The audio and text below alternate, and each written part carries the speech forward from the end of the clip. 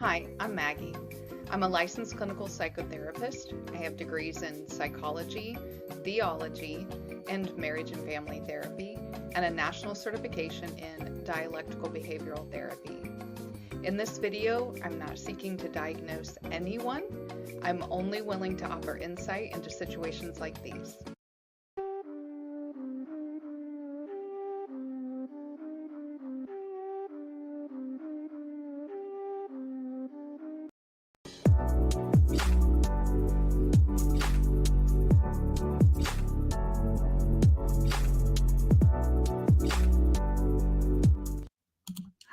Hello. Welcome to Sunday, where I'm going to tell you that nobody cares about your existential crisis. All right, let's see who's here. Adric Kapoy is here. He's first. He's starred.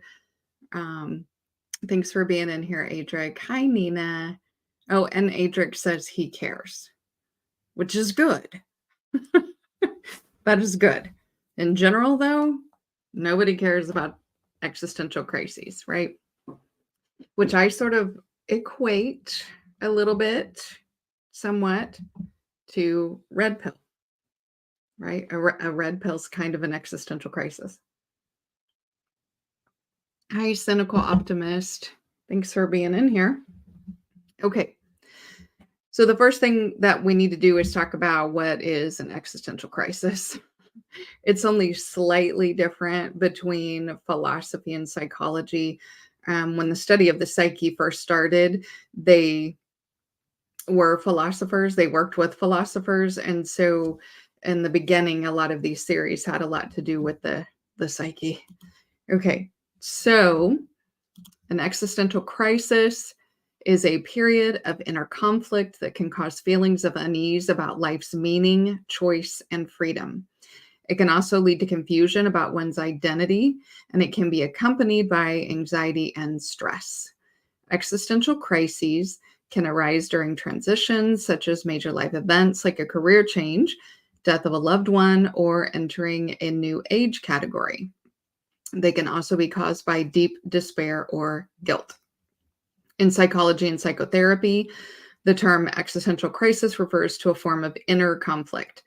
It's characterized by the impression that life lacks meaning and is accompanied by various negative experiences such as stress, anxiety, despair, and depression. So, I mean, as we can see, something happens, right? Something, right? You turn 30 or you turn 50, or somebody gives you information that gives you an entire paradigm shift. You're looking at the world completely differently, and it makes you question everything, your life choices, your freedom to move around, everything that you've done to this point so far. How do you move forward? And that's really like the anxiety, the despair, the negative feelings, the experience of negative feelings comes from, because it's like, how do I move forward from this? Right. And some of us, might focus a little too much on all the decisions we made in the past when we didn't have the information that we have now. Hi, Chef Mike. Thanks for making it. All right. So that is an existential crisis, right? So the reason I say nobody cares about your existential crisis is simply the state of the world, right? Like socially, nobody cares about your existential crisis, right?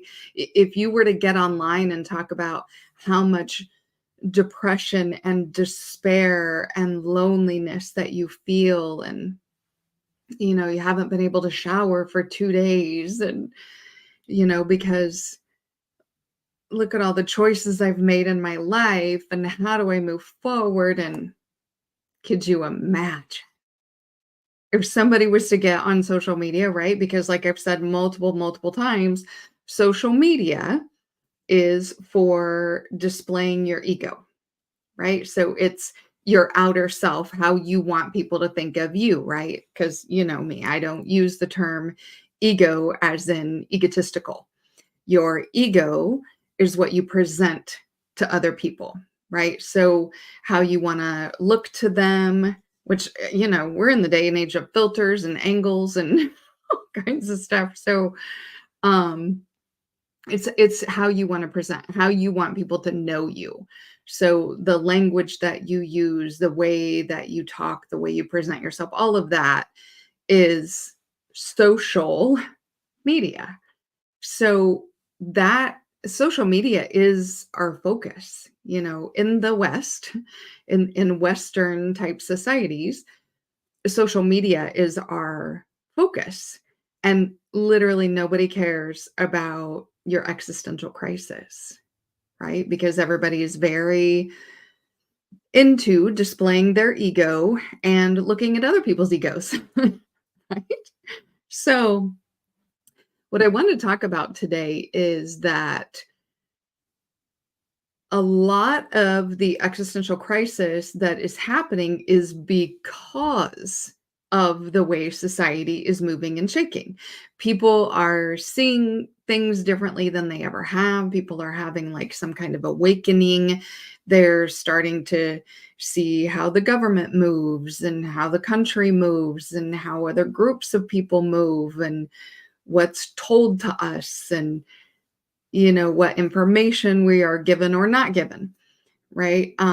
We are in a huge rise of like conspiracy theories that several have proven to be true, right? So it just makes you question more, right? You want to question everything because everything you've been told seems like it was a play of some kind. So this this is like it's like a narcissistic relationship, right? And I know the word narcissism and narcissistic is thrown around and thrown at people a lot. So I'm using the actual psychology definition of narcissism and narcissistic relationships. So, and some of you, I'm going to go through what it looks like. What are the telltale signs that you are in a narcissistic relationship? And some of you may notice that, man, you've been in this kind of relationship before. And again, I'm not saying either one of the people per se are a narcissist, but one of them would definitely have narcissistic tendencies to create this narcissistic relationship, which is a form of codependence. Okay. Hope everybody's still with me. All right. So, in a narcissistic relationship, and again, keep in mind, I'm going to be talking about society's relationship with you, with each individual person. Hi, Toya. Thanks for being here. Hi, Nick Morrison. Thank you for being here. Oh, he's from the UK. All right. Then I'm going to keep saying Western societies and not so much just the United States where I'm at. All right. So, the characteristics of a narcissistic relationship, one, it is exploitative. Okay. The narcissist gets something from the other person, something they need, and they do that by exploiting the other person. There is no, hey, can I have that cookie? No, it's I haven't eaten all day and you were able to have a meal, and it's like all of a sudden you got to use manipulation and exploitation in some way, right? um it is very one-sided, like it is self-serving. So that the narcissistic person or the person with the narcissistic traits is very much self-serving, right? And it's fine to exploit others, right? Like, but it's destructive to the other person, right? It can make them feel like they're going crazy, right? The person with the narcissistic traits is like a braggart.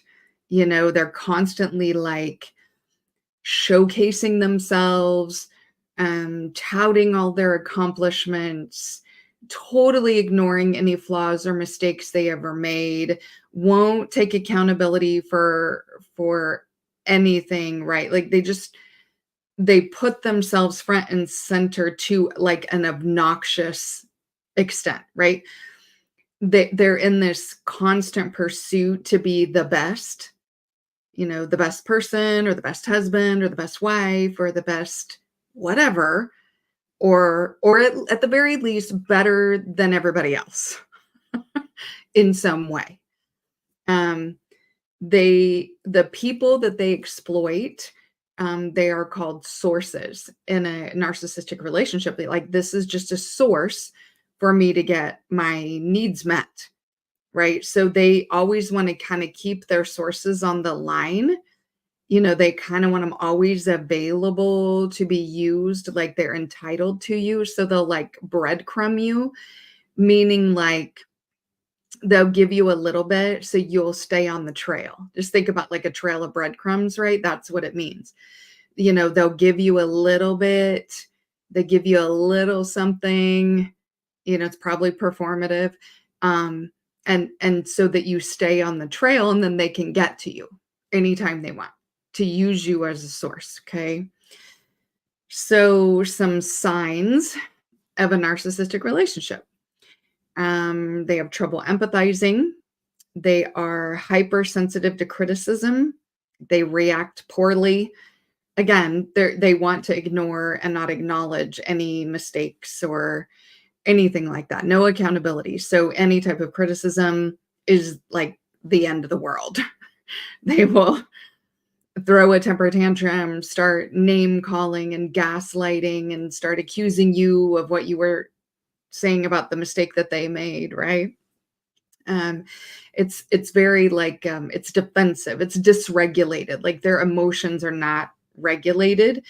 They're combative, reactionary, punitive, right? They are going to punish. Again, for any new people in here and for the replay gang, if you haven't been in here before, I keep my notes in front of me to keep me on track. So when you see me looking down, I'm looking at my notes. Okay. Yeah, there's a couple people in here saying, they know narcissistic relationships. Okay. So the narcissistic type person in that relationship projects their issues onto you, kind of like what I just talked about. Like, if I go to somebody with narcissistic traits and I'm like, you lied to me yesterday. You promised me that you checked your phone and that the weather app said the sun was going to come up at 6:15, and the sun comes up at 6:45, like my weather app. So why did you look at your phone? And they'll be like, oh, I see. Now you don't trust me. You don't trust me now, right? Like, I'm literally saying you're lying, so I'm not trusting you in this moment. So they will flip it right back around like, oh, you don't trust me? Oh, you think I would just lie to you? So it's like that projection, right? And they'll be like, I bet you lied to me last March and they'll make something up that there's no way you can remember all the details to combat it. And now you're talking about last March, not the fact that they lied about looking on their phone.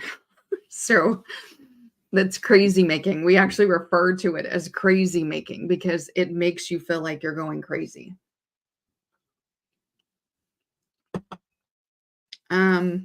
They violate boundaries. So as soon as you have a boundary up, they are going to push and push and push against it. They do this testing, where you're like, if I say like,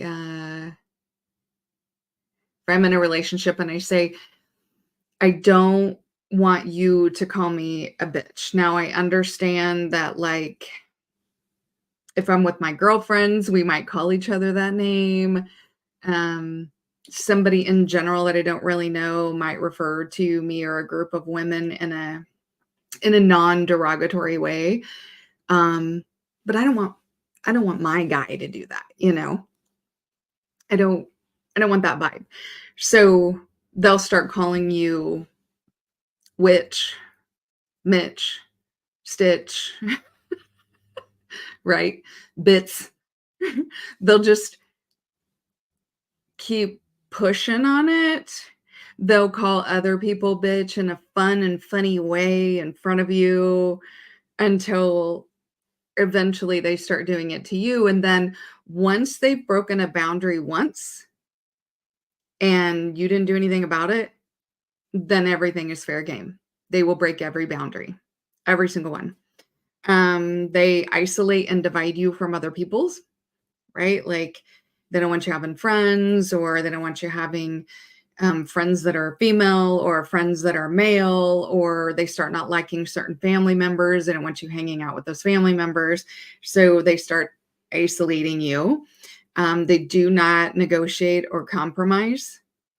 It's their way or their way, right? Ah, okay. So there is no reciprocity. Okay. And again, remember when I talk about reciprocity, it's not transaction. Those are two different things. They seem similar. In a transactional relationship, if I've done something for you twice, then you need to do something for me before I do anything else for you, because I'm already out by two. You already owe me two. You see what I'm saying? The transaction, there is score kept, right? Like you got to go out with your guy friends last Saturday night. So obviously I'm going out with my girlfriends this Saturday night. Obviously. Oh, I don't care that it's your aunt's birthday and your grandma's having a dinner. You went last Saturday, I go this Saturday. It's very scorekeeping. That's transaction. Reciprocity is one of those relationships where like you have a friend, and if they're going to move, they call you up and they're like, "Hey, I'm moving next Saturday. Can you help?" Sure. Sure. Or when you're moving, you call them up and they're like, "Sure." Nobody's keeping score. You just know you have each other's back, right? That you're always going to be there for each other. And if like my friend is going through a hard time and I have put out emotional energy, physical energy, my time or my money or whatever multiple times, I'm not keeping track of that, because if I ever needed that, they will be there for me. That's reciprocity, right? Narcissists are very transactional. It's I pay exactly 50% of the bills and you pay exactly 50% of the bills. Well, I got laid off last week. Yeah, I don't care. That's the transactional. Okay. Hopefully that makes sense to people. Um, they are confusing, untrustworthy, unstable, and I already talked about the breadcrumbing, right? So we had that in there. Oh yeah, lots of people are knowing what I'm talking about. Okay. So, and feel free to put this in the comments, what you think. If we think about a narcissistic relationship, which can be between two adults, but it can also be parent to child, that there's a parent with narcissistic tendencies, and when they parent their child, they're doing those things, right? And think about that dynamic, because as a child, you don't have the ability to just walk out of the relationship, right? So there is like this high level of control in that relationship. So when we look at society's relationship with us as individuals, right, as human beings, how is it similar? So think about some of those characteristics, right? What did I say? No empathy, hypersensitive to criticism, dysregulated, projecting their issues. Oh, I didn't say this one. The perception of them is more important than the truth of them. How they look is more important than telling the truth. They violate your boundaries, divide you from others, no negotiation or compromise, no reciprocity, confusing, untrustworthy, unstable, and breadcrumbing. I mean, do you guys see it like I see it? Adric wants to have one of those reciprocity relationships. Yeah, they're great. They're great. I hope you have one. I hope you get one. I think it'd be awesome. All right. So, for society's relationship with its individual citizens, especially in the West, I will say my primary focus is especially in the West, but it does apply other places. Um, let's first look at government. Okay. So, Western governments tend to have this fluctuating legal system that sort of depends on what level of the caste that you were in. And for anybody new or on the replay gang who doesn't know me that much, I use the accurate word caste, not class. The word caste was used in all legal documents up until there was a paper done and the person was like, it's kind of more like a class, not a caste. Um, that's their opinion. We absolutely live in a caste system. It may not be quite as rigid as, say, India, but people are definitely born into a caste. Um, the outcome of your grandparents predicts your outcome. So we race plays into that, economics plays into that, but it is definitely a caste. It's a caste system. Right. Oh, so Chef Mike says, wow, the parent-child relationship explains a lot. Yeah. Yeah. Um, I have been asked to, as a side note, I have been asked to do a show about recovering from, like, how do you get past being in a narcissistic relationship? Because it is crazy making and it kind of gives you an existential crisis because especially if the person was a parent, because you don't know what's real and what's not real and how people actually are and act, and you can become really isolated and only trust yourself, and there's a lot that goes into it. It messes with your head. So at some point coming up, I mean, I was asked like 6 weeks ago, um actually by Princella's ex-girlfriend Brie. She asked me to do a show about that.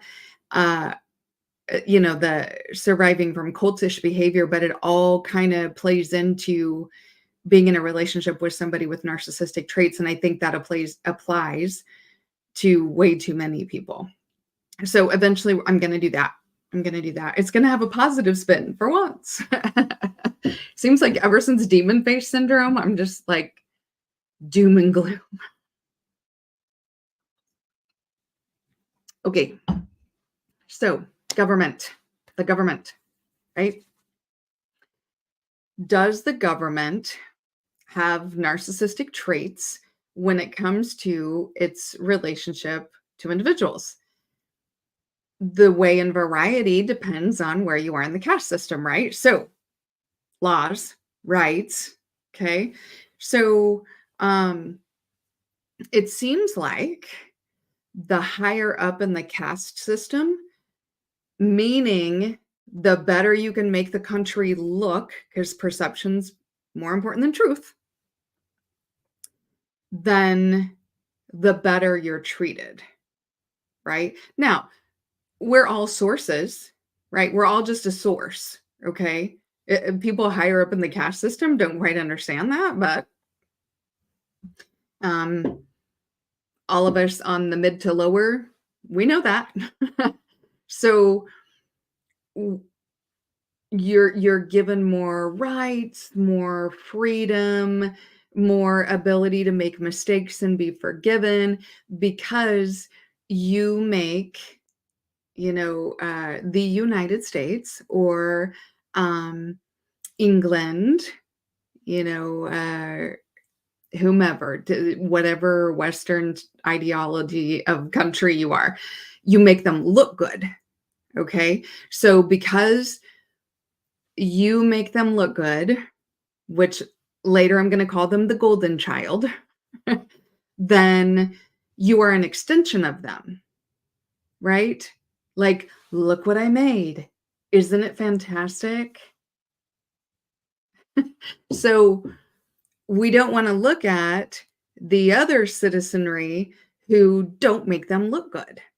And so what we do is we have laws and rules and a very forced um, infliction of the laws and rules to the from the middle down, but especially the lowest layers of the caste system to govern their behavior. Again, we're talking about government, right? To govern their behavior to not make the United States look bad, to the point of, if I gotta lock you up and lock you away so that nobody sees you or hears you, then that's what I'm gonna do.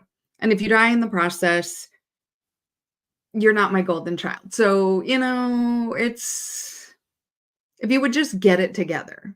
I'm not gonna tell you how to get it together or what to do, because I'm gonna change the rules on a minute to minute basis, but if you would just get it together, then everything would be fine. So, doesn't that seem like crazy making? Doesn't that seem like gaslighting? Like, if anybody watched Shadow Work last week, if you're constantly told what you can't do and nobody will tell you what you can do, then nothing you do is right. That's changing reality. That's gaslighting, right? Um, and then we even get to the point of, the lower down the caste system you go, the United States projects its faults onto those people. Think about what they say about, like, poor people, right? That poor people commit the most crime. Well, okay, but the crime they're talking about is like stealing a loaf of bread. Who's the victim?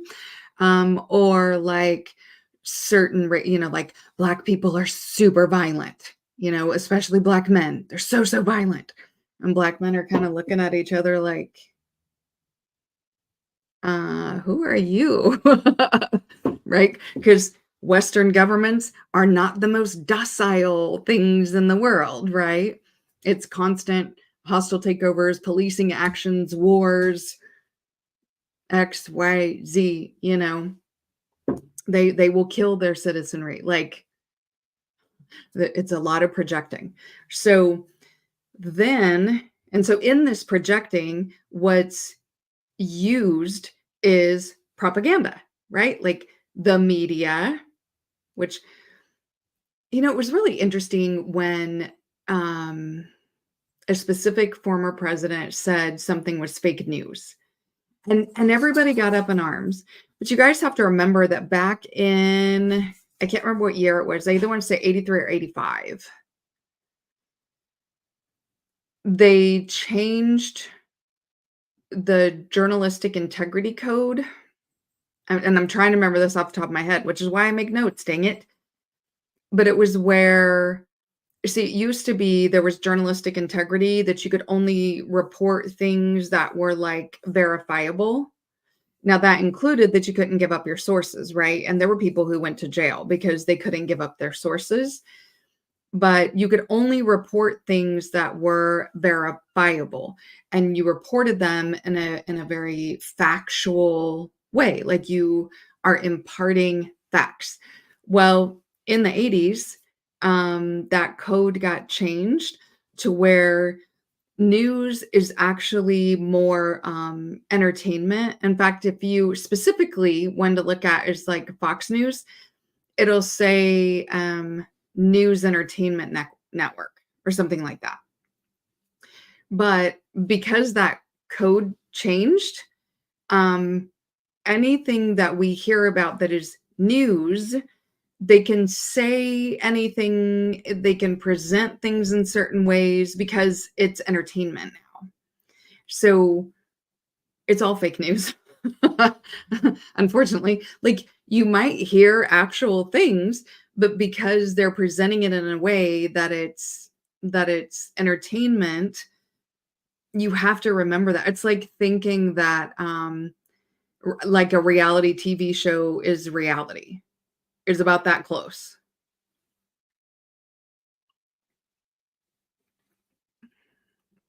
Hi, Black Tom Brady. Thank you for being in here. He says stuff sounds familiar. Yeah. Oh, Toya says that's how she was taught. Thank you, Trust. Chef Mike. Yeah, Entertainment Tonight. Like some of us can remember Entertainment Tonight because that was entertainment news. And that was the only entertainment news, right? Now it's all that. All news is Entertainment Tonight. Even like, I try to think of the most factual type, but even something like NPR can lean pretty liberal. So if you want to know the actual news, a lot of times you have to watch like multiple sources because now all of our news networks are striated across political lines, which back in the before, the code changed would have been like unheard of because the news is the news, period. You like it or lump it. This is what happened and it's all verifiable fact. Now, because it's entertainment and they can present things however they want with their own experts, it's very polarized. So if you want to know the actuality of something, you would have to watch like a Republican conservative type news station about it, and then you would need to watch like a liberal Democratic news station. And then for me, I will watch news stations outside of the country. And it is probably unfathomable for people who don't do this, the amount of stuff I learn because their propaganda is different than our propaganda, right? Especially like countries who aren't, huge fans of the United States, right? So um, I'll watch um, I'll watch BBC News, I'll watch Al Jazeera, um, and then I put all of these things together and figure out like what's the actualities of what actually happened, and still it's only what people want to report, so it doesn't matter. But in our media, we get propaganda. For those of you who don't know, like even Hollywood and the entertainment industry, um, came out of government offices, and the government, the CIA, different people have utilized our entertainment, our movies, our TV shows, commercials, all kinds of things to impart specific propaganda that they want us to have, right? So controlling the narrative, ensuring that the perception of, you know, halfway up the caste system and up, the country as a whole is viewed a certain way, and that the other thing that they do is they ensure that everybody feels or thinks a certain way about people lower in the caste system so that we don't hold our country accountable for the state of those people. Right? So they set the narrative, always setting the narrative, always setting reality. And then they'll just change something up and change reality and act like it was that way the whole time. Drives me nuts. Oh, cynical optimist says entertainment and suggestive news, right? Like, let me tell you how to think news. Because don't they do that? They'll tell you something, and of course they're presenting it in the way they want to present it, and then they will tell you how to think about it. And so many people are like, "Oh yeah, that thing happened. They said I'm mad about it. I'm mad about it." Isn't that? I'm not saying everybody. I'm just saying so many, probably too many people think that way. Right. Adric says, and that's the way it is. Oh, what show was that on? You just sparked a memory for me. Black Tom Brady said, I saw somebody from out of the country say how ridiculous even our commercials are. Yes. They've never seen anything like the propaganda we get. Yeah. I mean, our amount of propaganda is North Korea level. And if somebody wants me to go find the proof of that, I 100% will. We are ridiculous. There was a certain time in German history that had less propaganda than we have now. Yeah. And when people from out of the country see what we are given, yeah, it's very 1984-esque. Okay. He also says from somebody who's never experienced it, they probably can immediately tell how hypnotizing it is. The other thing they can tell is exactly what is the propaganda. We are so used to it. Like we hear it, we hear it, we hear it. We were raised with it. This is what we were told in elementary school and middle school and high school. We don't know what we don't know until we know that we don't know it. Dang, I actually said that right. Okay. Hurt my brain there for a second. That people from outside of the country are probably going to immediately see it and hear it and be like, that is so weird. And you're like, what happened? It's a Downy commercial. And they're like, no, but, and then they have to explain it to us just because it's like background noise to us in the West. Oh, Walter Cronkite. Thank you, Adra Kapoy. And that's the way it is. Yes. Yes. Thank you.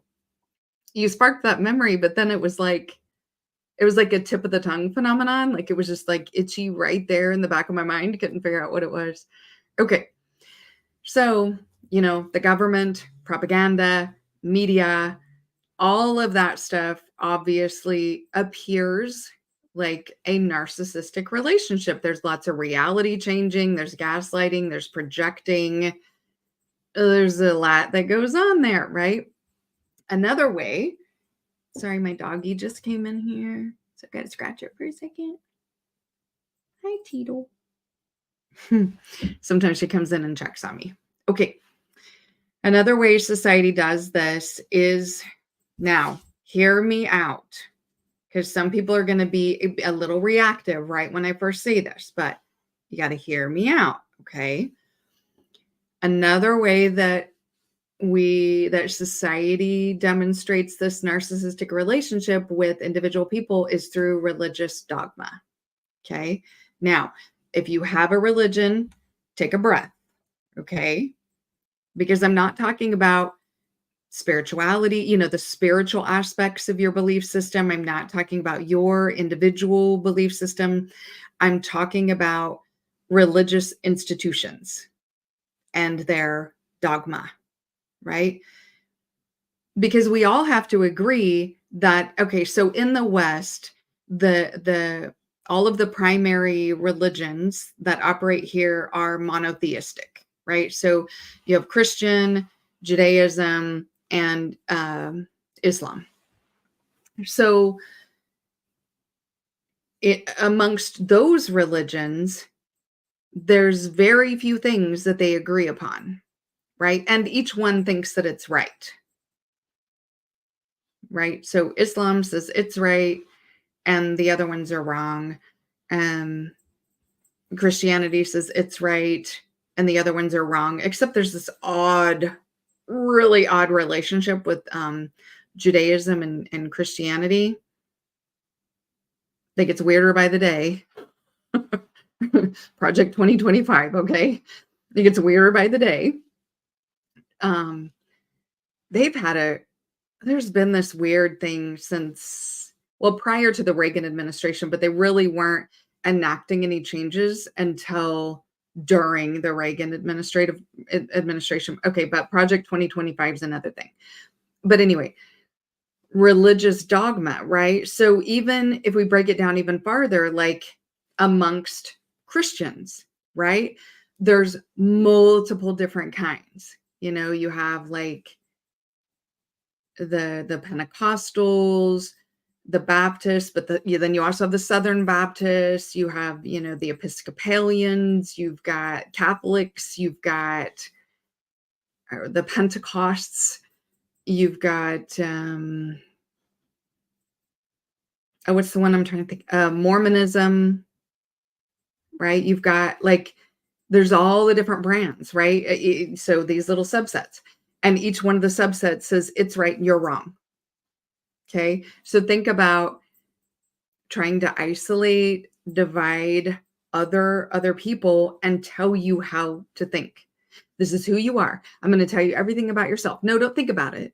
I don't want you to think about it, because actually God made you flawed and sinful and you have really bad urges. So you wouldn't know about you until I tell you about you. But wait, pastor, aren't you a human being as well? Yes, but I'm a pastor. And God told me, and I'm telling you about you, but also that you're going to flub it up because you're bad. Right? Again, people, I'm not talking about individual belief systems. I'm talking about the dogma of religious institutions, right? Let's go back. Look, trouble empathizing with who you are and mistakes that you make.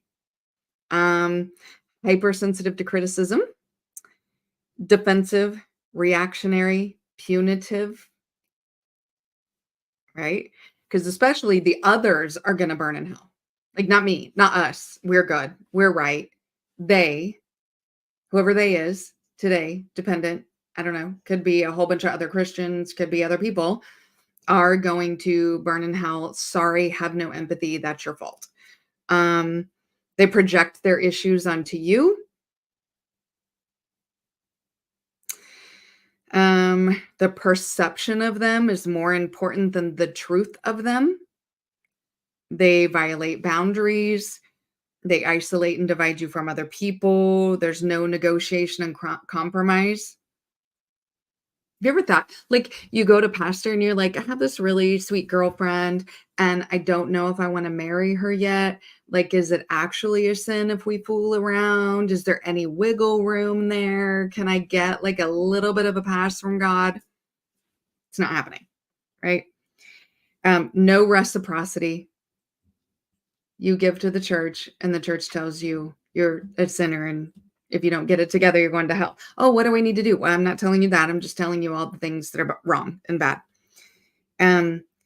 Confusing, unstable, and breadcrumbing. Again, talking dogma in institutions, not individual belief systems. Hi, Snowman. Thank you for making it in. Okay, let me scroll back a little bit. War of the Worlds broadcast. Yes, that messed people up. But Chef Mike, if you keep talking to me about this stuff, and, Adric, who brought up Walter Cronkite. I got a little dyslexic there for a second. We're really displaying our age right now. Okay, Black Tom Brady says, there are known knowns and there are known unknowns, but there are also unknown unknowns, things that we don't know that we don't know. Oh, yeah. Nice. I like that. And you don't know what you don't know until you know that you don't know it. Dang it. That's twice I did it. Proud of myself. I should probably not try to do it again. Shout out to Aaron Magruder. Hi, Snowman, again. Late for class. Oh, happy birthday, Snowman. That's awesome. Awesome. Oh, Black Tom Brady says that show's been prophetic in so many ways. Yeah. Okay, so Snowman's going to have a birthday stream at 5 p.m. for anybody who's interested. All right. Marcus, you're here. Hi, I'm glad you caught a live. That's awesome. Actually, was thinking about you today because I might want to have a panel if I've got time. I might just do it. And I need volunteers. And I really want you to be a volunteer. So we'll see. All right. Oh, and Marcus has got something going tonight. Yeah. Snowman's 52 today. And 3 years of beating cancer. That's so amazing. Awesome. Awesome. Awesome. Awesome. Those are such positive things after talking about religious dogma, right? Okay. So, how else does society have a narcissistic relationship with its individual citizens? Um, Capitalistic commodification. It's a fun word to say, right? Like it's like saying apple dumplings. It's a fun word to say. Capitalistic commodification. Capitalistic commodification means everything has to have an assigned value. Okay. Well, what that means is that whenever a citizen is born, they have a value assigned to them. So it is a governmental bond, and sometimes there's more than one bond that is assigned to as their value. Now, that's not necessarily something that you can like go cash out this bond. It has more to do with the stated value of the country. Okay. So it's each one of the citizens have an expected value because that's how a bond is. It's an expected later value. So it goes into the overall value of the country. So like when we say this country is worth this much amount of money, part of that figure has to do with the worth of citizenry. Okay. So that's one way we're commodified, right? And because our value is to add value, right? Didn't we just talk about that in narcissistic relationships?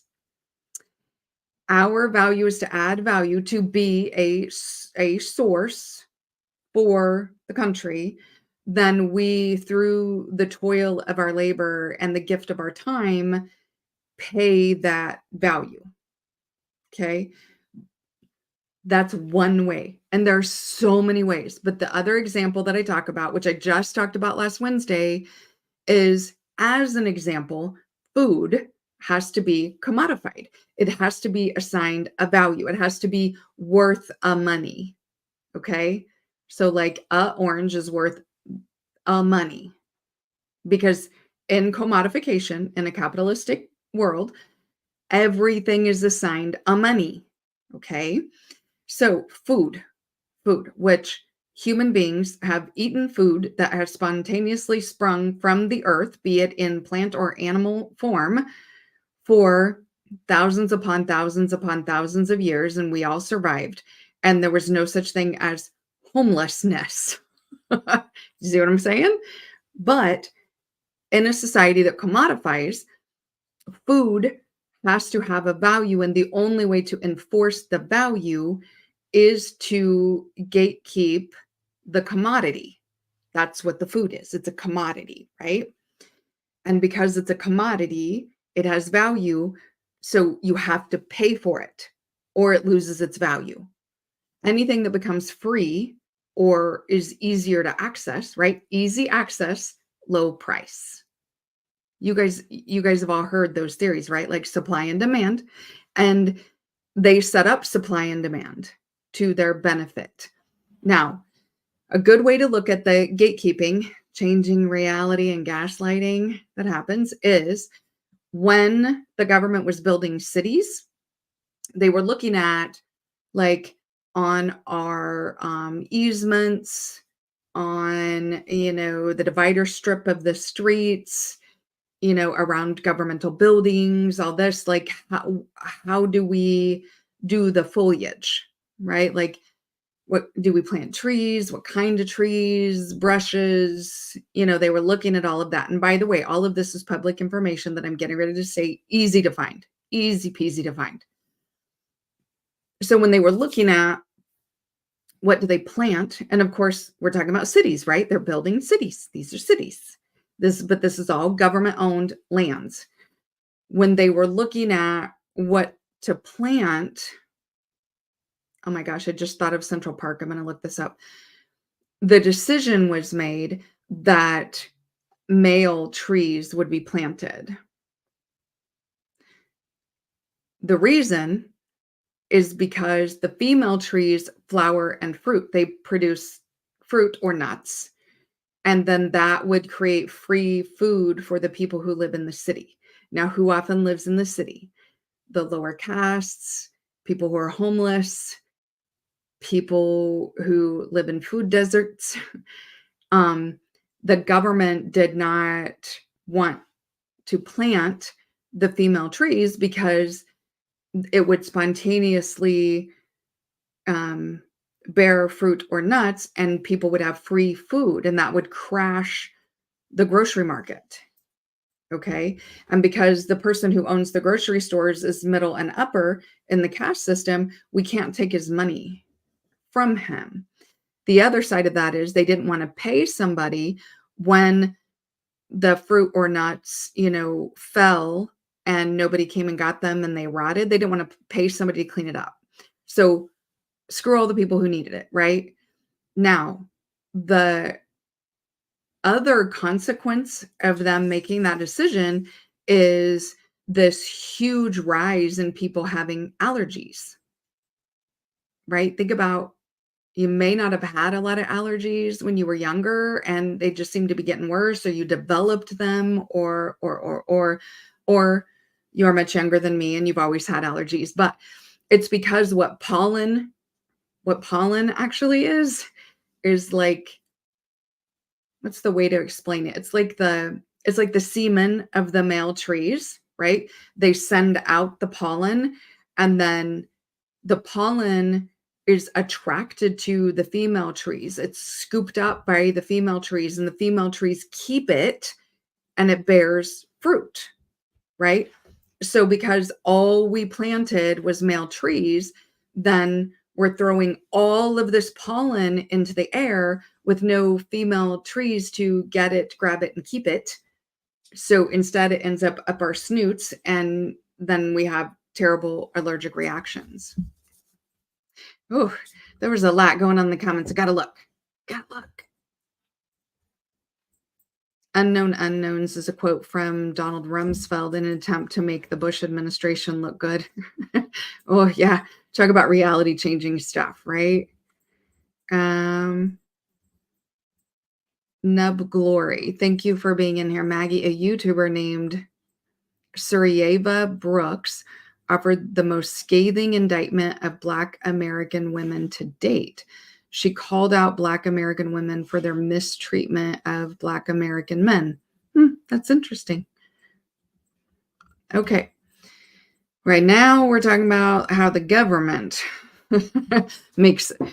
treats us. Oh, Cynical Optimist says, yeah, human capital. Yeah, it's part of the valuation of the United States, at least in this situation. That's also why, like, your birth certificate is numbered, you have a social security number, right?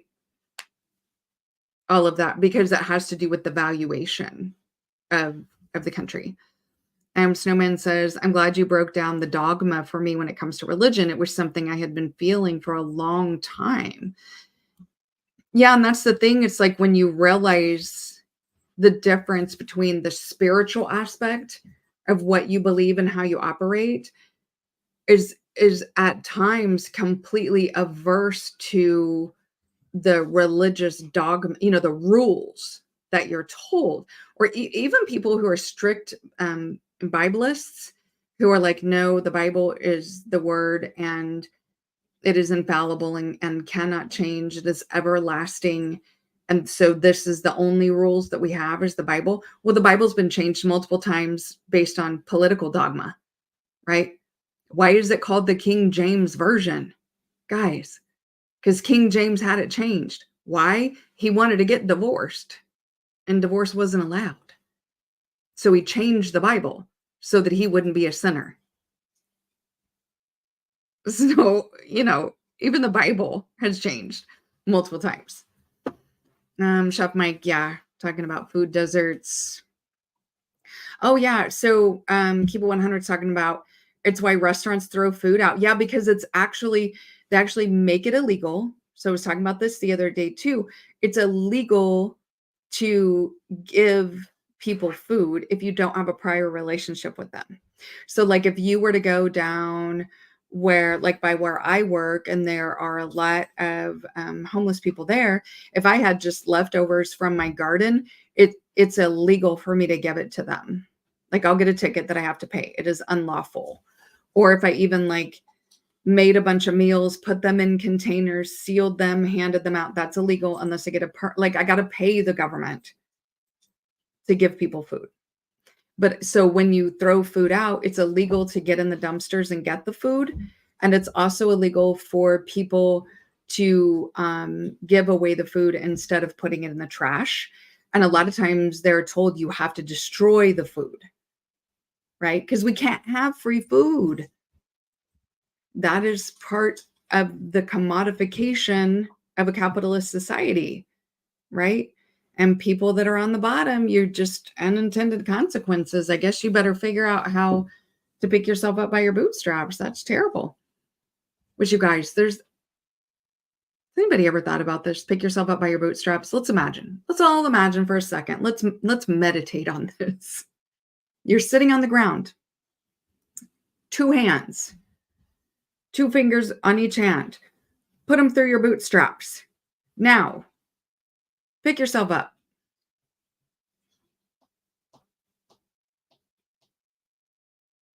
Anybody? Anybody?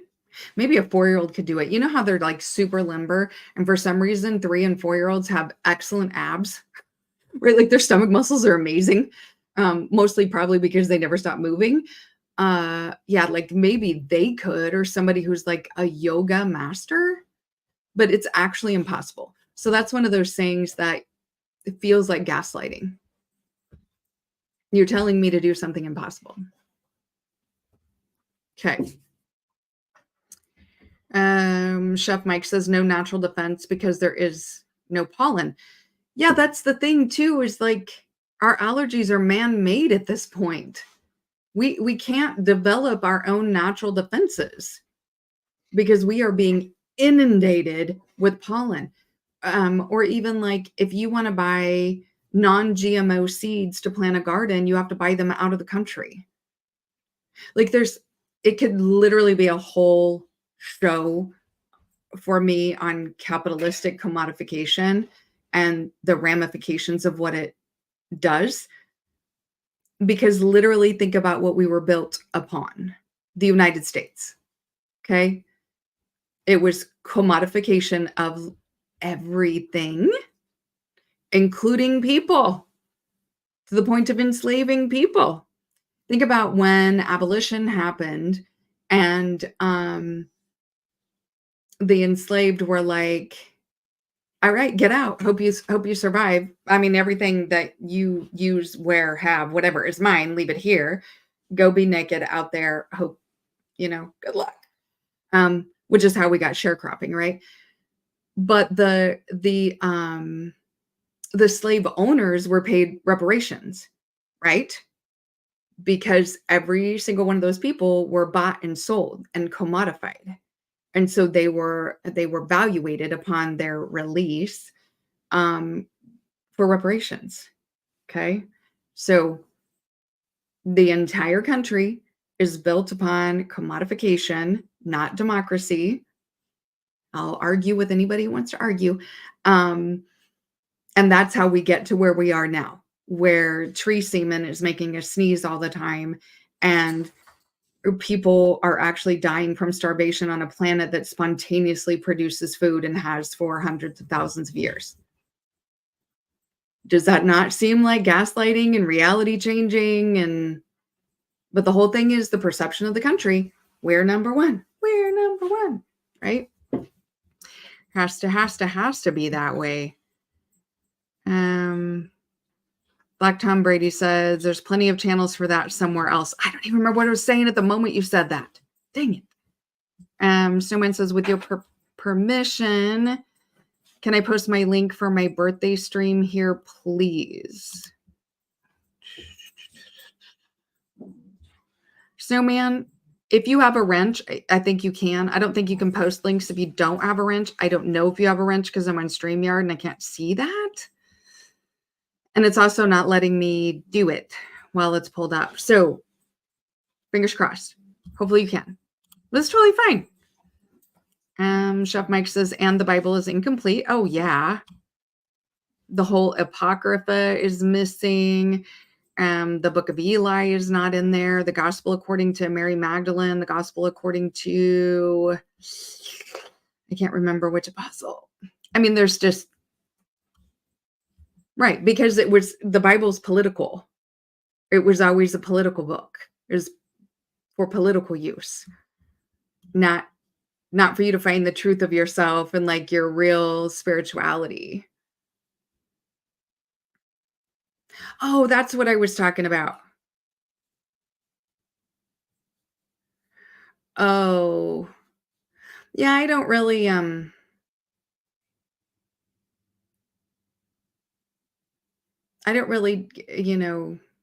talk negatively about Black women or like review their stuff, for obvious reasons. I mean, think what you want. You know what I mean? I am more about how society is messing with us all. Okay. Mike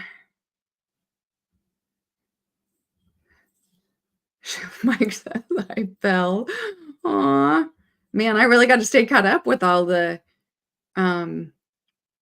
chat. All right, keep it 100. Marcus says, when I worked fast food in my 20s, 1 burger, 2 burger, gulp. 4th burger, 5th burger, look around, gulp. Right. And you will see that because people who work in fast food obviously don't make a livable wage, right? And so when there's going to be food that needs to be thrown away, it ends up in their mouth, in their backpack, under the seat of their car, in a bag, because you have to supplement your income, right? Now, some restaurants, they don't care. They're like, oh, darn, we were going to throw this pizza away. I'm going to leave it on the countertop and walk away, which is, that's how I would be 100%.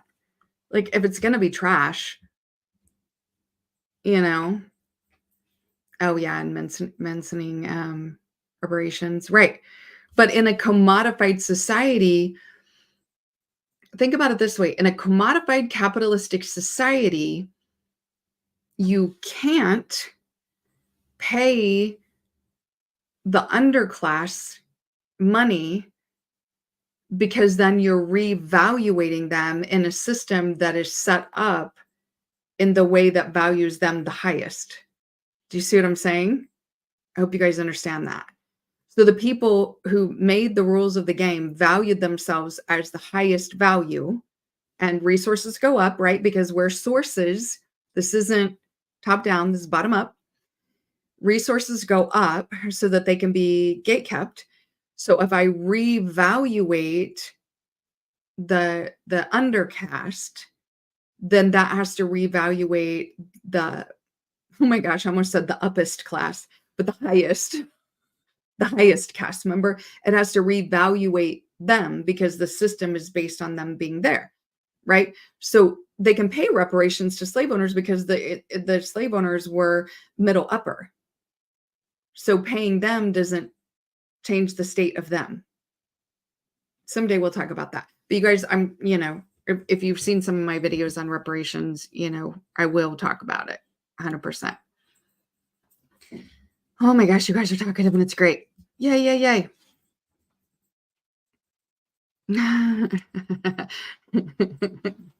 All right. Religious dogma. Back to what I was talking about. Okay. But we can see how the dogma, right, is politicized, right? It is politicized and it's used to govern behavior. There's propaganda in the dogma, right? And it wasn't common before, but it is so common now to have pastors and preachers telling their congregation how to vote, or, talking about how this political leader is God's favorite. And, it's like saying, oh, God blessed us and the 49ers won. Because my thinking always is, why does God care more about the 49ers and that political leader than children dying of cancer, or like all the children in Palestine and the Congo? It kind of seems against what he said. But we see it a lot. All right. Capitalistic commodification, you guys got all of that. The caste system, already talked about all of that. So this sort of sets up how each individual citizen is in a narcissistic relationship with their government, with their society. Okay. Everybody is divided, they're othered, reality is changed, we are breadcrumbed, you know, those kind of things. All right. So the thing is, it goes even deeper than that, as if that's not bad enough, right? Because think about it this way, it's only bad for the middle and down to be in this relationship, right? For upper middle up, it's not a bad place to be in because you're the golden children, right? I mean, like you're given all the stuff and then you represent the perception. So it's not bad, right? Like it's you guys just totally misunderstand that. But when you're poor and down, it's terrible. But for them to stay where they're at, you have to stay where you're at, right? It's has to be there.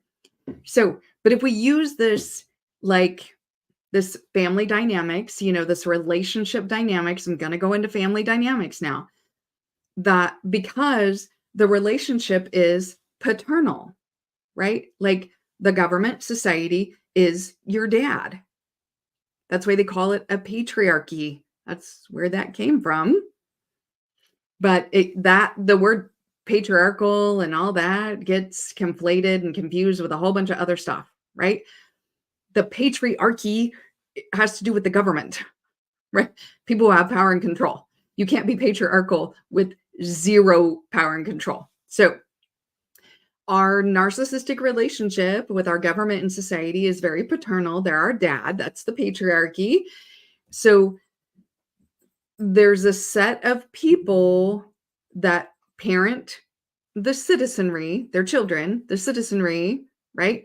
Think about like seatbelt laws. Very patriarchal, very paternalistic, right? Like I'm an adult. If I don't want to wear a seatbelt and I get in a wreck and I die, that's on me. Like, shouldn't that totally be a decision I get to make? But because they decided to keep you safe, you got to wear a seatbelt, Mr. Man. You better get in that seatbelt and you are going to be in trouble. Remember, it's very punitive. We're going to give you tickets. We're going to make you pay money. You better wear that seatbelt, young man.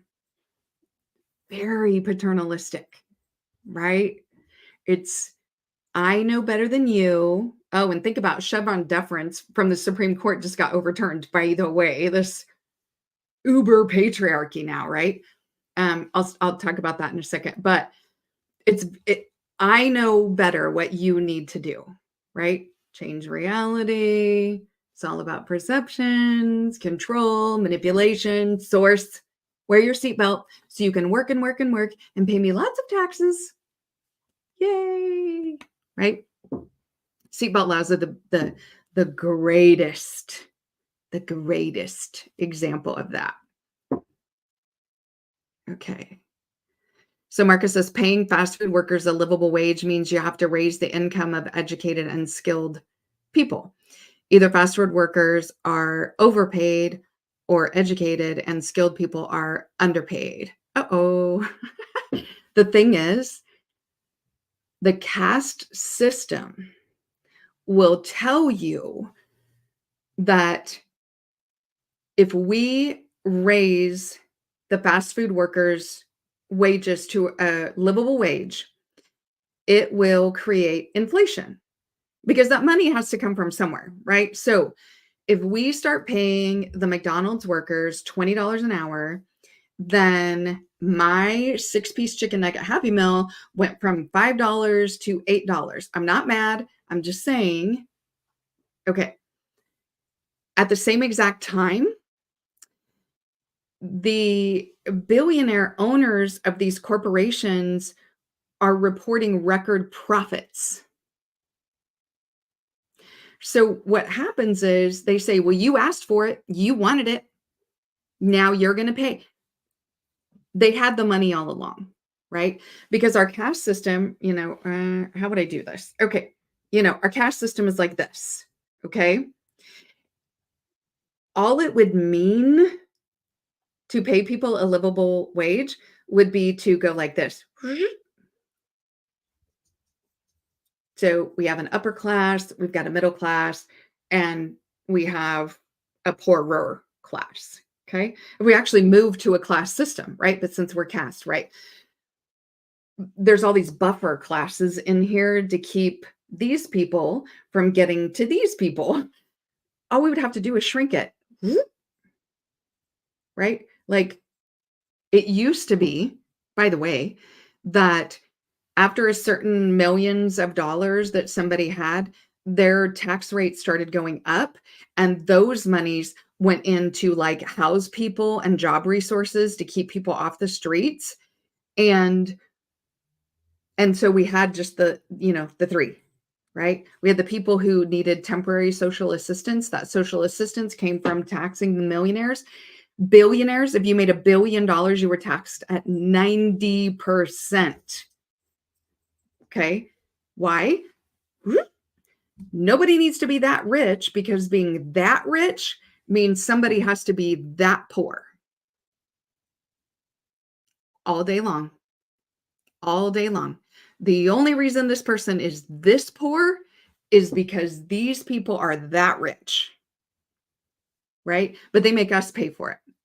It gives them a good excuse to raise the prices of things, and then we blame each other. Well, the damn libs and their stupid conservatives, and they made $3 billion more this year because they raised the prices. So always keep that in mind. The changing reality, right? Okay.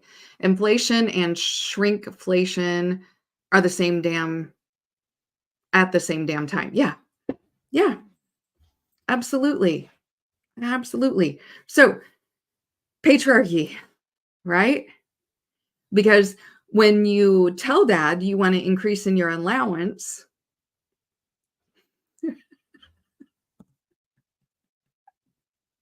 he makes your uncle pay for it. It doesn't make a whole lot of sense, right? Okay. Who so in this patriarchal society, right? Like the gub is Big Daddy, right? Big Daddy government. It automatically sets up an uneven power dynamic, right? Because how they operate and what they tell you are two different things. Okay. Like they'll say it's a democracy and people are elected who represent your best interest. Everybody realizes that everybody, like in the federal government, are wealthy and like come from certain areas of wealth and certain families. Like they don't know me. They have nothing in common with me, let alone some other people. Right. And it takes millions of dollars to run for president. So you have to be wealthy or have access to wealth. And then we have the electoral college. Like that whole no taxation with that representation thing really didn't stick. Because here we are. Okay. So who fits where? If we say we have daddy government and we're the kids. Okay. So who fits where? Adrix says somebody's got to pay. And it won't be the billionaires because they make the rules. And as soon as they get caught cheating, they'll change the rules to where that's now allowed. Chef Mike says, there are enough resources for everyone on the face of the earth. Yeah, and there's enough space too. There is no overcrowding, by the way. There was a mathematician that worked that out that was like, if everybody spread out across all of the livable land, like all of the humans across all of the livable land, we would all, I think it was like a 3 mile, like we would all be 3 miles apart. Gives you a different perspective on the gatekeeping of resources, right? Okay. Um, Adric says, with the exception of AOC, APAC.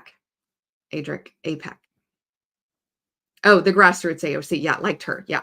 Now, APAC. Okay. So who fits where if we're a family, right?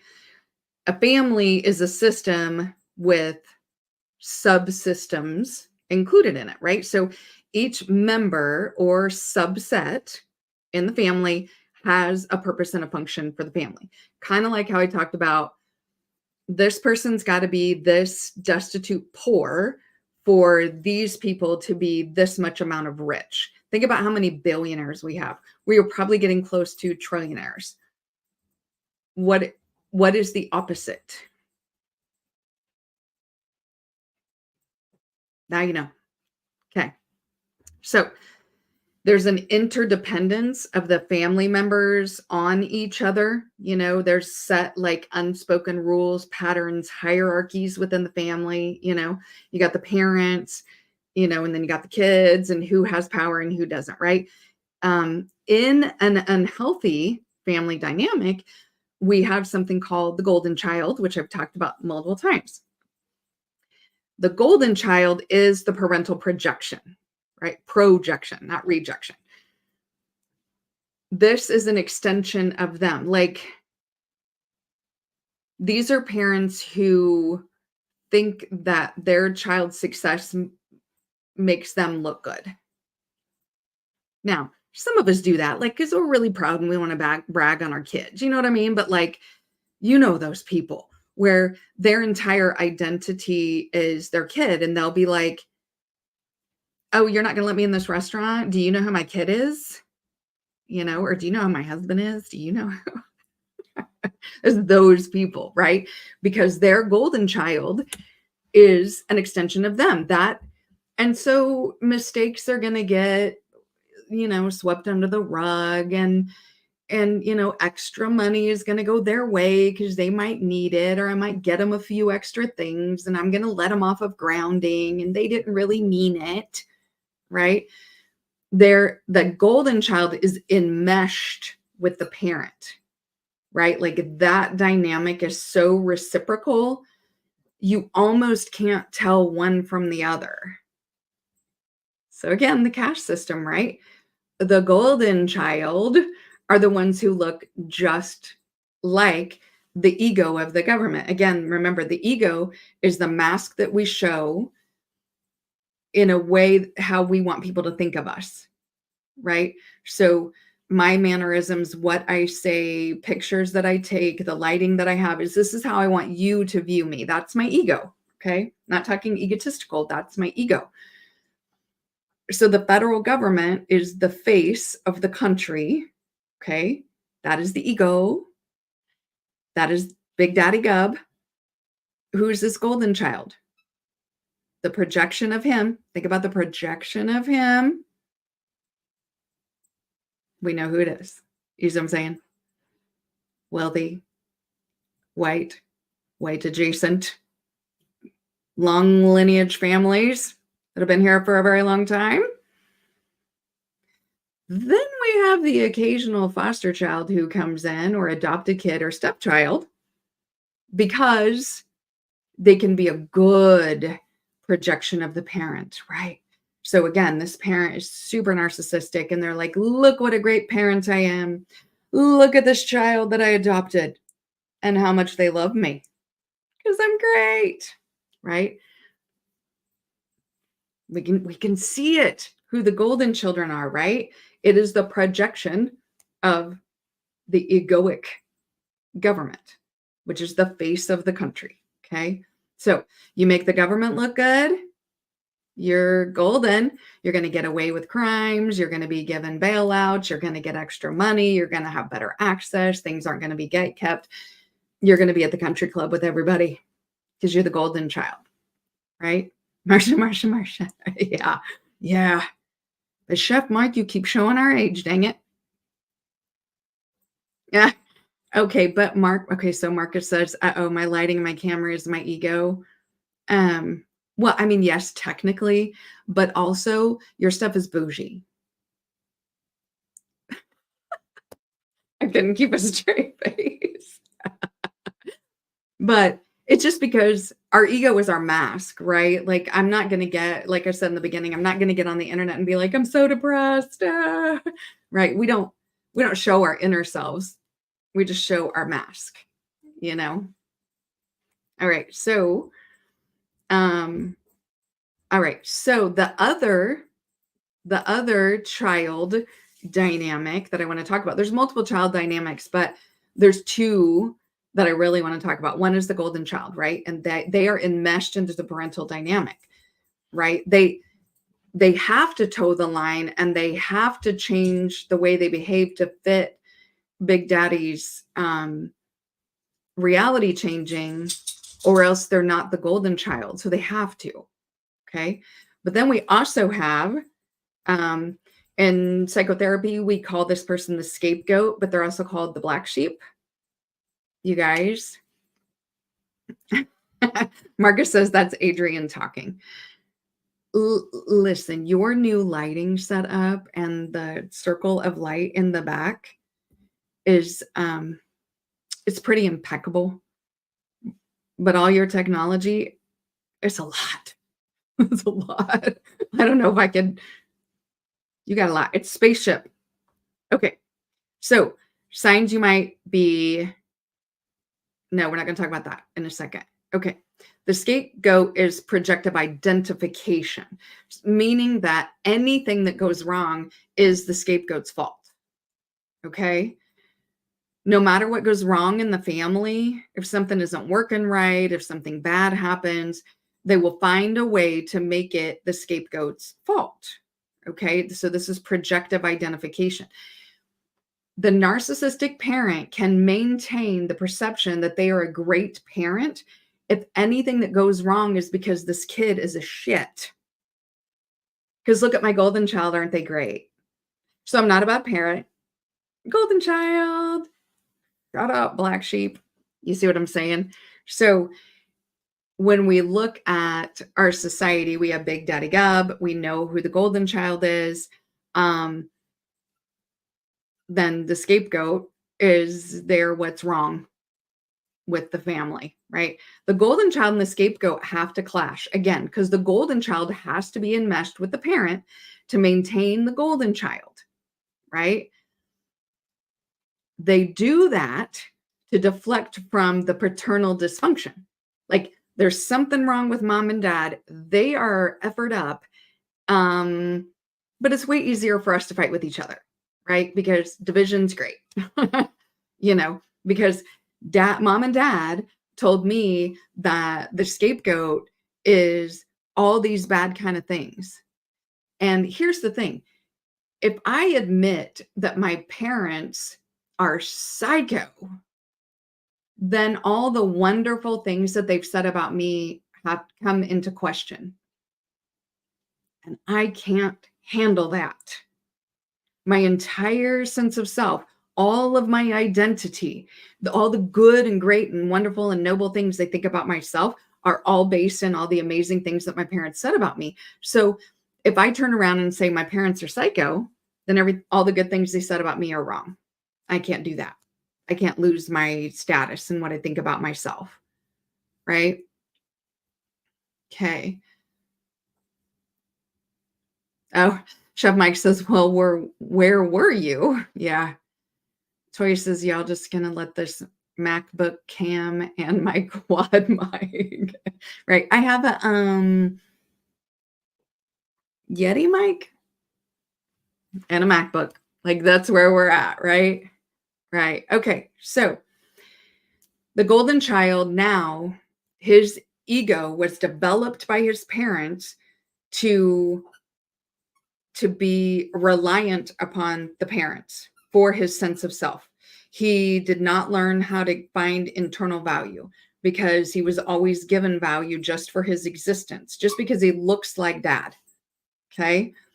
So for him to say dad is a psycho or abusive, he would lose his sense of self, and he can't do that. Okay. So the scapegoat and the golden child have to clash. It deflects from all the paternal dysfunction. Both are reacting to the way they are parented, and rather than breaking up with their parents, we keep trying to get our, dad to say, "I'm proud of you," or to say, "I love you," or to say, "Look at all these accomplishments, give us a compliment, give us some credit for something, do something nice, say something nice, give me a hug, love me, see me. Can I just get an 'I'm proud of you' one time?" And I'm talking about the government again. So think about who the scapegoats are, right? And we're probably talking about the underclass, right? Because if the golden children are at the tippy top, then the underclass would be everything that's wrong with America, right? It's all their fault. No matter what happens, it's always them. They're always wrong. It's always bad. Because we have to we got to find a place to put this because we can't accept fault anywhere. We can't have accountability. Here, you take it. Scapegoat, right? So instead of breaking up with our parents, though, the scapegoat is always like, love me, see me, give me some kind of compliment, tell people something nice about me. Do you ever talk about me? Do you ever post up a picture of me? Do you ever say anything good? Can you say you love me? Can you say you're proud of me? Can you give me a hug? Can you do something? Right? And they want it that way because they set up the patriarchy. So we automatically, our human nature is to fall into this kind of system subsystem dynamic with our narcissistic parent, right? And then we have all the middle kids, right? All the middle kids. And they're going to decide who they identify with. They're either going to identify with the golden child. So they're like, yeah, Spike, yeah. They're stirring it up because they're all about the golden child. And it's probably proximity, right? Like the children who look like the golden child or talk like them or think like them or act like them. They get a little bit of the sunshine from their dad. They are probably more likely to take the side of and identify with the golden child. And other people who don't get any of the sunshine, they got nothing in common with the golden child, they're in trouble a lot too, are going to identify with the scapegoat. But all of those are to buffer one day the scapegoat going, this is BS, and moving out of dad's basement, walking out of Plato's cave and hitting the sunshine kind of stuff. You got to have all the buffers in between to keep that from happening. Got to have all the children. Oh, yeah. And Chef Mike says, and all in the same house. Yep. Right. Right. It's a bunch of kids in the same house in this dynamic, and there's nowhere to go. It's a houseboat. You know what I mean? Like it would be really, really difficult to get to a different house because we're talking about the country. All right. Signs that you might be about black sheep in your own family or in your country. You are berated for being different. And if you guys feel so moved, just raise your hand if any of these apply to you. It'll be fun. You are berated for being different. You are shamed and controlled. Oh, wait. All right, Marcus said black people in America have one of two parents to seek approval from, black women or white men.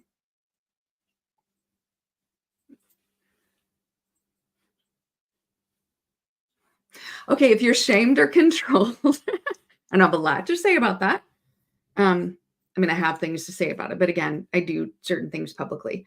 If you're excluded, things are gate kept from you, you're excluded from access to things, you're not informed, you are kept in a perpetual uninformed state about what's going on in the family until after the fact when everything's too late. You're mocked.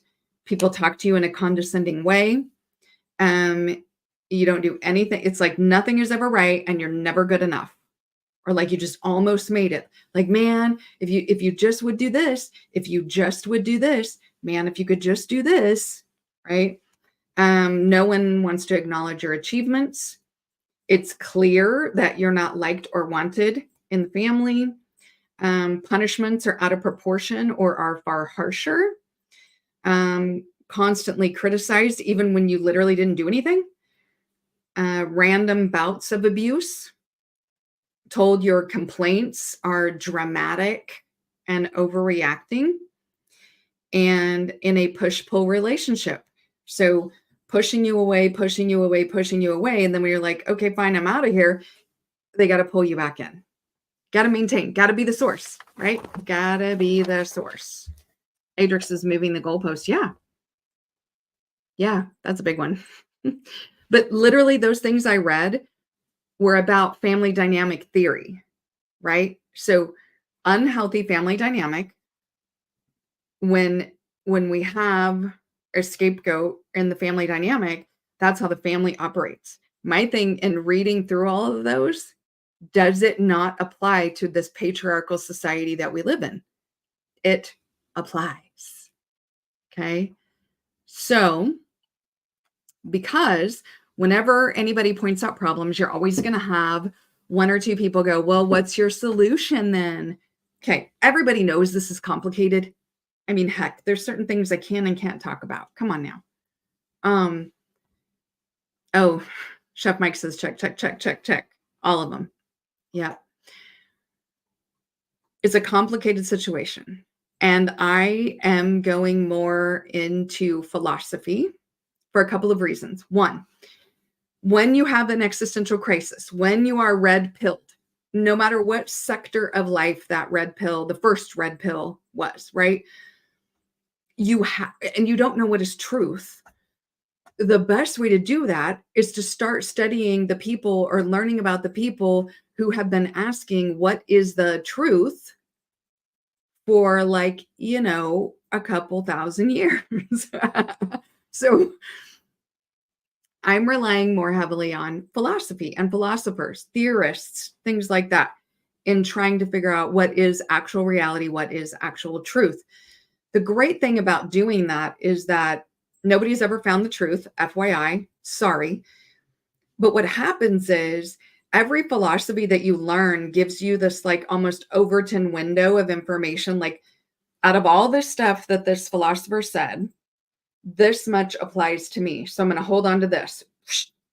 And then the next philosopher that I look at, they tell me all this stuff, and this stuff applies to me. So I stick it here. Eventually, all those overlapping things will tell me the truth of myself. It's not going to tell me the truth of all things from all times, whatever. But once I know the truth of myself, I know the truth of everything, because I'm the main character. You're the main character, right? You are the narrator and main character of your life. How do you even know any of this exists and you're not just having a dream? Okay, so theorists. The first thing I want to talk about is Taoist. They have something called Wu Wei. I don't know how to spell it. I'm really sorry. The Taoist version of Wu Wei is essentially get out of the way. Okay. Who was it that said that the country, it's obvious that the country is going to hell? He said it right before he died. Oppenheim? Might have been Oppenheim.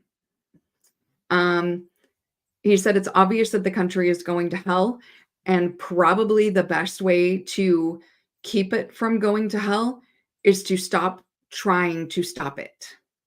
Okay, so this is also where we get the phrase, the road to hell is paved with good intentions. That's what that means, is that because we're set up to be so divided in this like narcissistic situation that we're in our country, then all of these people with the best intentions of this is how we fix it, you know, it just continuously creates more division and more hatred and more terrible behavior and impinges on the rights of others more and more and more and more. So that's what that means. So for the Taoist, get out of the way is kind of like, oh, you tell me this is who I am.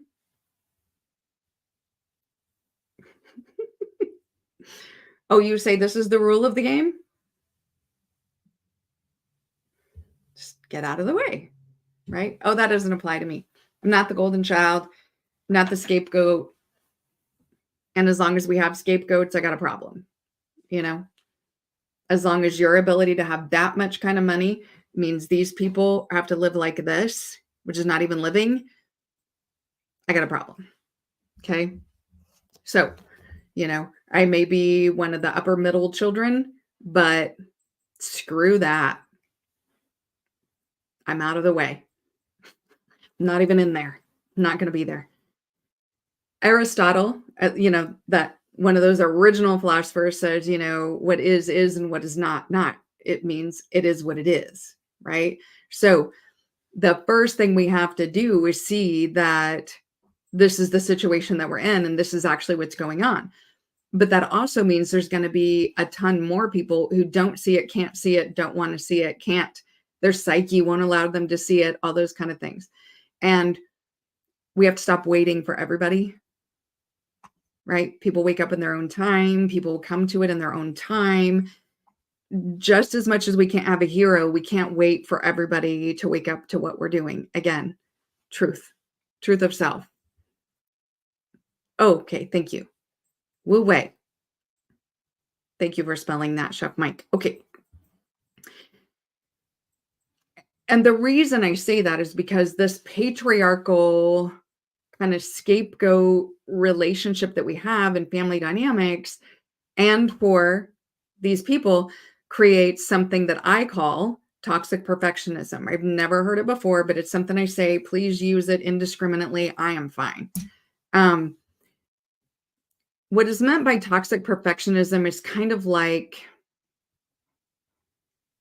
Daddy Gub tells scapegoat kid, you are dirty. You are not clean. You're filthy. You're not good.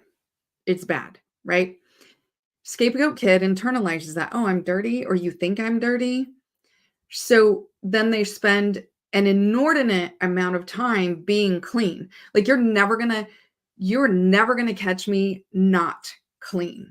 You are never going to catch a scuff on my shoe. I will have creases in my pants. My elbows will be scrubbed. My skin will be glistening because now I've internalized this need to be seen as clean because you said I'm not clean, right? But what happens in this narcissistic relationship, right? You look, I'm washing, I'm super clean. You're not going to catch me not spotless. I'm going to prove it to you because you told me I'm not, but I was always clean, right? Because this narcissistic parent is going to see you're doing all of this and they're going to be like, why are you doing all that? That's weird. Whoever said being clean was good? Like, who washes their legs or even uses a washcloth? Like, you're weird. Change reality, right? But the scapegoat spent all this time and money and mental energy and focus on trying to prove dad wrong and show him I'm not clean. I'm clean, right? And then he just changed reality and it doesn't matter. So now the scapegoat starts to police themselves. They've internalized this toxic perfectionism and I'm just never good enough. I'm never good enough for God. I'm never good enough for money. I'm never good enough for ascension. I'm never good enough, right? Because again, think about this is an underclass, right? So it's not individuals, right? Right? It's this feeling of we aren't good enough. If only we would do this. If only somebody didn't screw up over there. If only somebody didn't walk funky or do this with their pants, or there's always something wrong. There's always some reason why it's the scapegoat's fault. They set it up that way. That way you never go, this is bullshit, right? So, because if at any point in time, the scapegoat goes, wait a minute, I was clean. I was clean the way that I was. I am clean the way that I am. And even if I got a little dirt under my fingernails, I don't care, right? We let go of needing to prove it, right? The need to prove it is what keeps us here. I'm going to say it's what keeps us here, but it's because they set it all up that way. It's not like it's, oh, now I don't care and now everything is different, right? It's a mindset. Okay. It's like when Aristotle said, what is, and what is not, right? Like, so what is clean? What is not clean? Which one do you want to embrace? And how important was it to you in the first place? Right? So, what I've been getting into more and what we've been talking about in Shadow Work Wednesday is the philosophical movement of transcendentalism. So, this was a literary, philosophical, and to a minor extent spiritual. I don't even know what spiritualists came out of it at the time it was created. But what the transcendentalist philosophy was, each and every single individual human has a right to as much freedom as they possibly can to be able to be good and reach their fullest potential. Leave people alone. Y'all have heard me say that, right? Leave people alone. So in the transcendentalism philosophy, if we embrace something like that everybody needs to have as much freedom as they possibly can, then that's how everybody reaches their full potential, right? This ability to think in this way, to study philosophy, all of these kind of things was ended in a commodified society. 1903, Rockefeller became the first US Department of Education president. His quote, "I don't want a nation of thinkers, I want a nation of workers." And our entire education system since then has been set up to create workers, not thinkers, right? So we're stuck in this relationship with daddy government. Okay. So hopefully that made sense. Oh my gosh, we are 2 hours in. All right, what I'm going to do instead, I know I said we were going to play a game. I'm sorry, Marcus, for making you wait around. But since we're almost 2 hours in, what we'll do is we'll do the game next Sunday. Please remember, Marcus. We will have 4 participants, and you have to have a Cash App because if you win, I'm going to pay you out of my own money. So there's going to be a cash prize to the winner, right?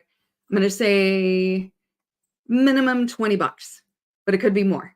Okay. So we will play this game. I got to figure out what we're going to call it. But it has a lot to do with what we're talking about today. So we'll have 4 participants. Doesn't have to be people that I already know. It could be, when I drop the link next Sunday, it'll be the first 4 people who come up. But I want Marcus to play. Marcus has to be there, by the way. So he's one of the 4. And then we'll play this game. And then we'll have kind of a philosophical, but really boots on the ground, down to earth kind of discussion about the game afterwards. Everybody in? Oh, get out of your own way. Lawrence Ross says, yes, and thank you for being here. Oh, yeah. Yes, trust. Money out of my own pocket. And if Marcus wins, I'm going to pay him too, even though all of his equipment is really bougie. Okay. All right. I hope you guys enjoy the rest of your Sunday. Thank you for hanging in with me. Shadow work this coming Wednesday. New theorist, and it's called Whatever You Say It Is, It Isn't. So we're going to combat Aristotle a little bit, and this is all in the guise of helping us to find the truth about ourselves. So hopefully, Chef Mike's in, Toya's in. Yeah. I'm not even going to put it in the description. So you guys get a little head start that you guys all know that I'm going to do this next week, that we're going to play this game next week, and that you can win money, but I won't put it in the description so other people won't know if they weren't here. So don't tell anybody. Shh. Okay. If I don't see you Wednesday, I'll see you guys next Sunday. Bye.